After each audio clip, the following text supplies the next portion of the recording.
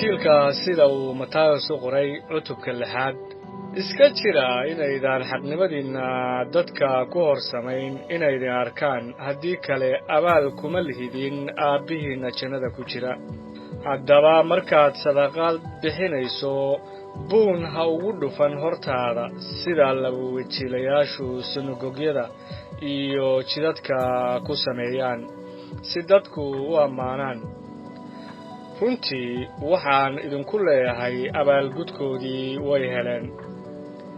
laakiin adigu goortaad sadaqad bixinayso bidixdaadu iyaanay ogaan waxa midigtaadu samaynayso si ay sadaqadaadu u qarsoonaato oo aabbahaaga waxa qarsoon arkaa ayaa ku abaalgudi doona oo goortaad tukanaysaan ha ahaanina sida laba wajiilayaasha waayo waxay jecel yihiin inay tukadaan iyagoo taagan sunagogyada iyo meesha jidadku isku gooyaan si ay dadka ugu muuqdaan runtii waxaan idinku leeyahay abaalgudkoodii way heleen laakiin adigu goortaad tukanaysid qolkaaga qarsoon gal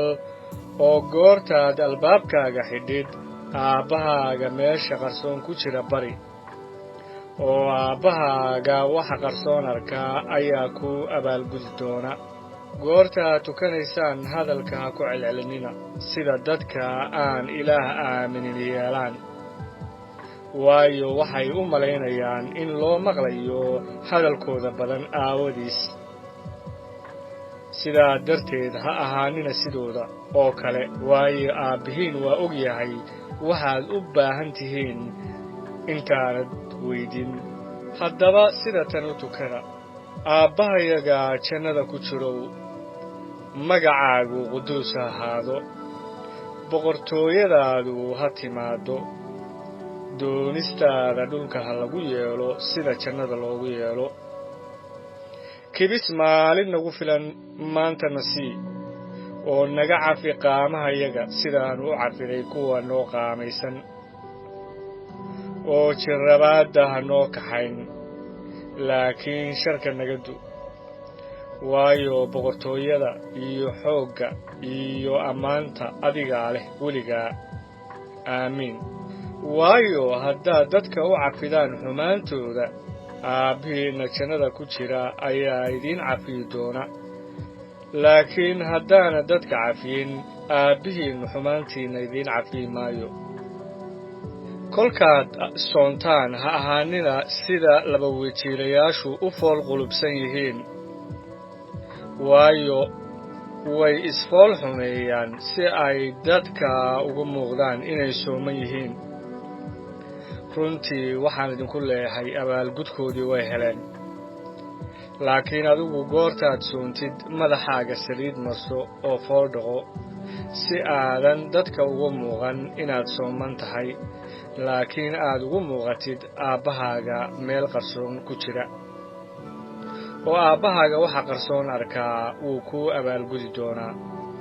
maal ha ku urursanina dhulka meesha aboorka iyo midhidhku ku baabi'iyaan iyo meesha tuugagu jebiyaan oo ka xadaan laakiin maal jannada ku urursada meesha aboorka iyo midhidhku ayan ku baabi'in iyo meesha tuugagu ayan jebin oo ayan ka xadin waayo meesha maalkaagu ku jiro meeshaasaa qalbigaagu ku jiri doonaa ilayska jidhku waa isha haddaba haddii ishaadu hagaagsan tahay jidhkaaga oo dhammina waa iftiimi doonaa laakiin ishaadu hadday xun tahay jidhkaaga oo dhammi gudcur buu ahaan doonaa haddaba iftiinka kugu jiraa hadduu gudcur yahay gudcurkaasi sidee buu u weyn yahay ninna laba sayid uma shaqayn karo waayo mid buu nacayaa kan kalena wuu jeclaanayaa ama mid buu la jirayaa kan kalena wuu quudhsanayaa uma wada shaqayn kartaan ilaah iyo maal sidaa darteed waxaan idinku leeyahay ha ugu welwelina naftiinna waxaad cuni doontaan iyo waxaad cabbi doontaan jidhkiinnana ha ugu welwelina waxaad u huwan doontaan naftu miyaanay ka roonayn cuntada jidhkuna miyaanu ka roonayn dharka shimbiraha cirkaaga waayo waxba ma beertaan waxna ma gurtaan maqsinana waxba kuma urursadaan waabihiina jannada ku jira ayaa cunto siiya idinku miyaynaan ka roonayn midkiinne intuu welwelo dherarkiisa dhudhun ku dari kara maxaad dharka uga welweshaan fiiriya ubaxyada duurka siday u baxaan ma ay shaqeeyaan ma ayna miiqdaan weliba waxaan idinku leeyahay xataa Sulaymaan waqtigii ammaantiisa oo dhan dhar uma uu gashan jirin sida kuwan midkood laakiin haddii Ilaah sidaa u huwiyo cawska maanta duurka ku yaal oo berrito moofada lagu ridayo sidee ka badan ayuu idiin huwinayaa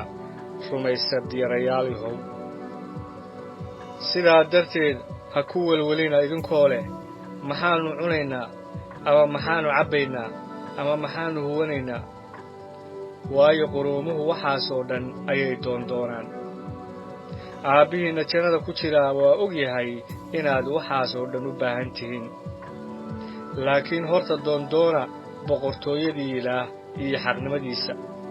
oo waxaas oo dhan waa laydinku dari doonaa sidaa darteed berrito ha ka welwelina waayo berrito iyada isu welwelaysa maalinta sharkeedu waa ku filan yahay